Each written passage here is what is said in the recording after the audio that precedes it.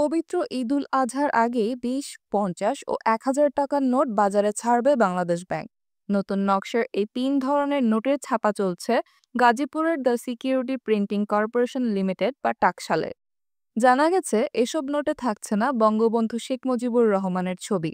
এতে জুলাই অভ্যুত্থানের গ্রাফিতির পাশাপাশি আগের নকশাও ফিরে আসছে। বাংলাদেশ ব্যাংক ও টাকশালের কর্মকর্তাদের বরাত দিয়ে জানা গেছে, ২০ টাকার নোটের ছাপা প্রায় শেষ। আগামী সপ্তাহে বাংলাদেশ ব্যাংকের কাছে হস্তান্তর করবে টাকশাল। আর ৫০ ও ১,০০০ টাকার নোট পরের সপ্তাহে বাংলাদেশ ব্যাংকে বুঝিয়ে দেবে টাকশাল। এরপর কেন্দ্রীয় ব্যাংক সিদ্ধান্ত নেবে এই টাকা কবে বাজারে ছাড়বে। জানা যায়, ২০ টাকার নোটে থাকবে কান্তজিও মন্দির ও বৌদ্ধ মন্দিরের ছবি। ৫০ টাকার নোটে যুক্ত হবে শিল্পাচার্য জয়নুল আবেদিনের দুর্ভিক্ষের চিত্র ও আতিয়া মসজিদের ছবি। বঙ্গভবন ও জাতীয় স্মৃতিসৌধের ছবি সংবলিত থাকবে ১,০০০ টাকার নোট।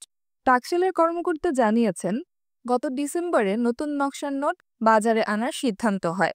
তারই ধারাবাহিকতায় চলতি মাসে নতুন নকশার নোট ছাপানো শুরু করে। তবে একসঙ্গে ৩টি নোটের বেশি ছাপানোর সক্ষমতা নেই টাকশালের। তাই প্রথম ধাপে ২০, ৫০ ও ১,০০০ টাকার নোট ছাপানো হচ্ছে।